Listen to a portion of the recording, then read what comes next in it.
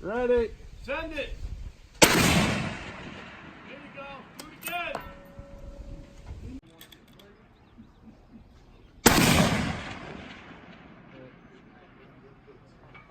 Hit. That delay is crazy.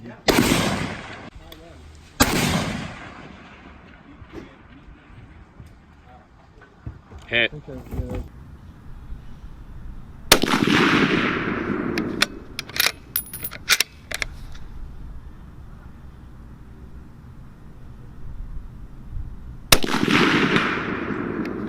Gun Range Gary, your safety tip of the week. Buy a Don Gong.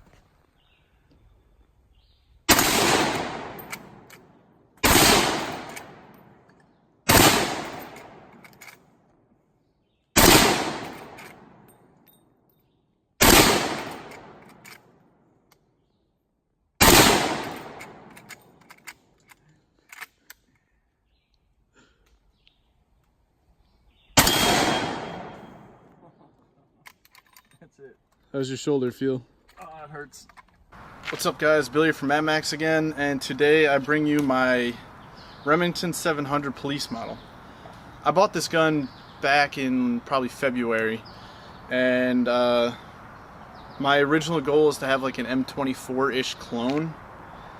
I mean, I guess this kind of got there, but I'm going to be changing directions upcoming because, I mean, the M24 had a long action, shot 308, had a 10 power fixed scope. The XM3 actually intrigues me a little bit more. So I'm going to be going that direction soon. I'm going to be chopping it to 16.5, going to be doing a little bit more to it, but let's go over what we got here now. Alright, so like I said before, it's a Remington 700 police model. Picked it up used and got a pretty good deal on it. I think I paid $700 for the gun with a 20 MOA base and the Harris bipod. It's got a nice bowl barrel. It's the 5R. It's a 24-inch right now. It's got the I want to say H&R stock, which is what was used on the M24, I believe, but that had a adjustable length of pull thing going on here. A couple weeks ago, I went out to a 1,000-yard class, and this is the gun I chose to use.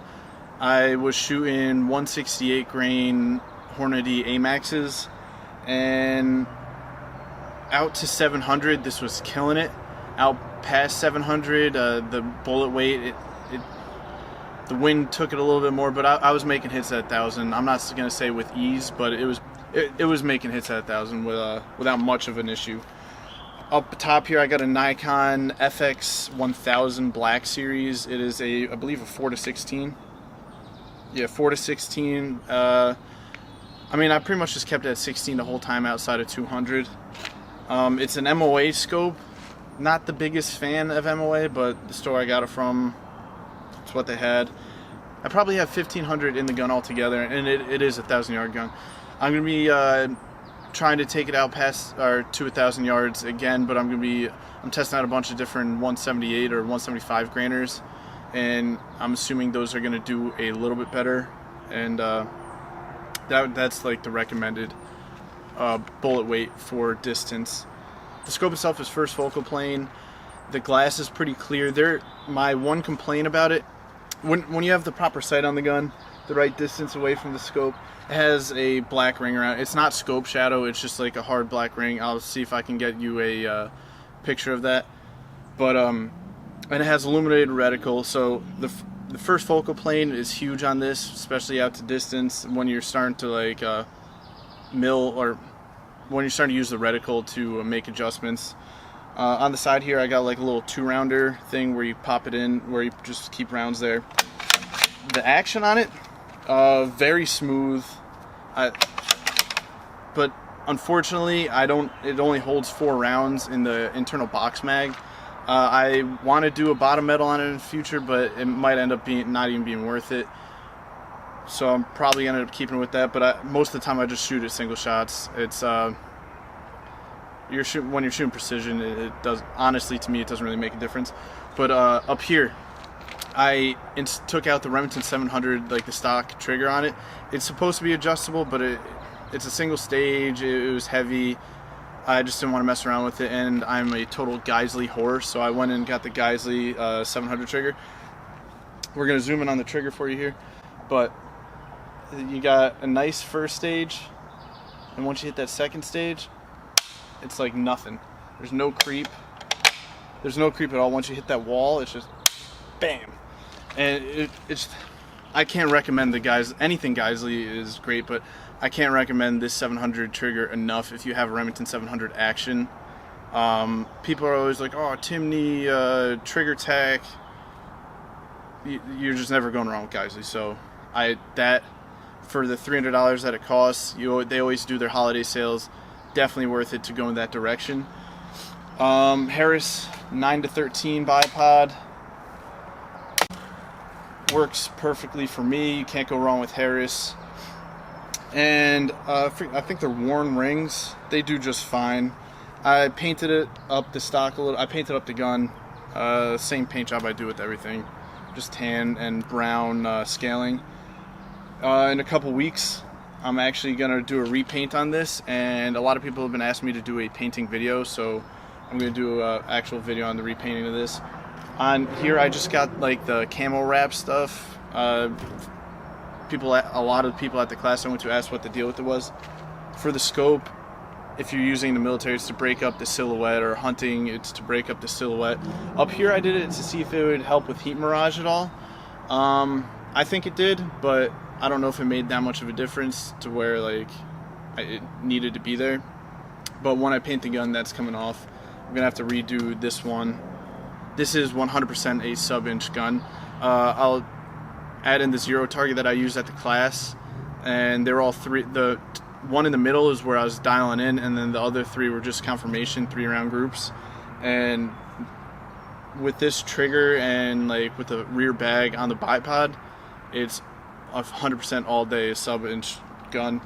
Over here, I got a little optics or US Optics bubble level. I did not know this before I went to class, but if you're shooting out past 400, maybe even past 500, it is an absolute necessity to have a bubble level. A lot of mounts have them, and then a lot of companies sell the ones that go on the tube. Not a big fan of those because you're not 100% sure if that's level with the gun. If you got it on the rail here, like this US Optics one, it's for sure level with the gun.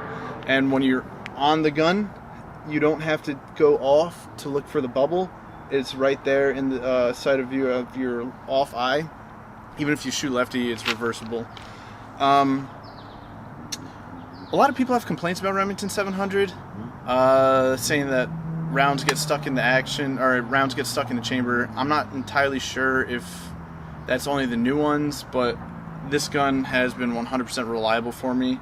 I've had some issues. I lubed up the gun a little too much, and the internal box mag, I'm having problems with it chambering, or the bolt grabbing the next round, I believe on the third round.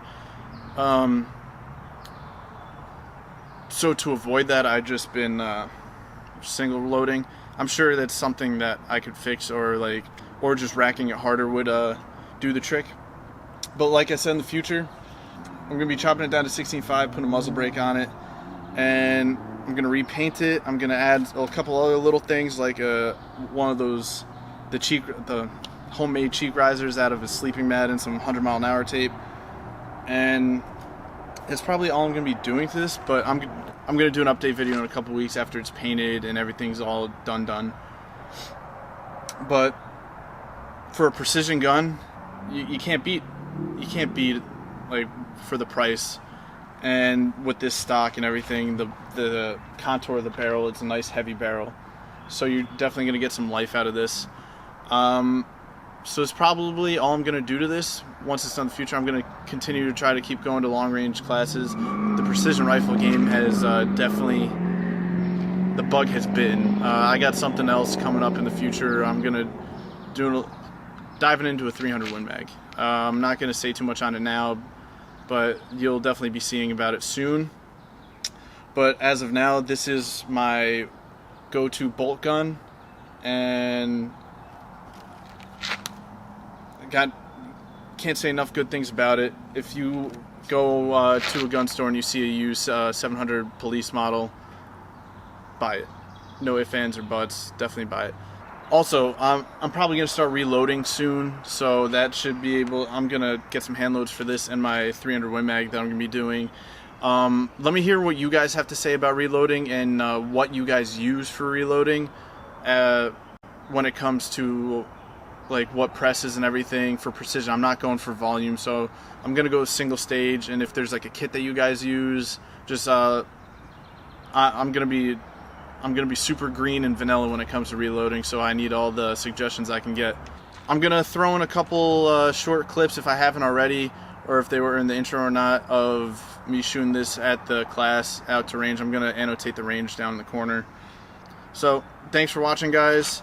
I hope you enjoyed this one. If you got any questions, drop them down in the comments. If you got any suggestions of things that you want to see in the future, also drop them in the comments. If you like the video, make sure you hit like. If you don't like the video, eat a dick. If you haven't subscribed, my face should be right here. Hit the subscribe button. And check out some other videos that are going to be posted here and here. And I'll see you next time.